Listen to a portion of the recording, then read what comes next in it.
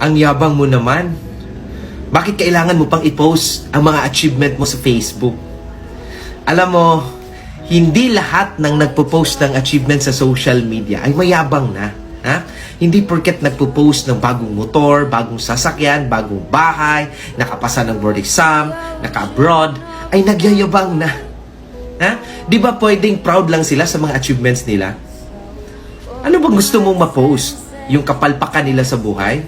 Yung mga pagkakamali na nagawa nila sa buhay? Ha? Yung palagi silang nalalasing? Ganyan ba ang gusto mong makita sa social media? For sure, hindi. So, kung nag-My Day ang friend mo ng isang achievement, suportahan mo siya. Ha? Kaya nga tinatawag siyang My Day kasi it made his or her day. Yun ang nagpapasaya sa kanya. Right? So, instead na mayayabangan ka, why not be happy na lang sa success ng ibang tao? Instead na mainggit ka, pwede naman natin gawing inspirasyon para ikaw na ang susunod na magkaroon din ng ganyan. So ngayon, ano ang i-post mo? Yung mga bagay na nag-encourage para mangangarap ang mga friends mo sa Facebook? Or yung mga bagay na nagdi-discourage sa mga viewers natin?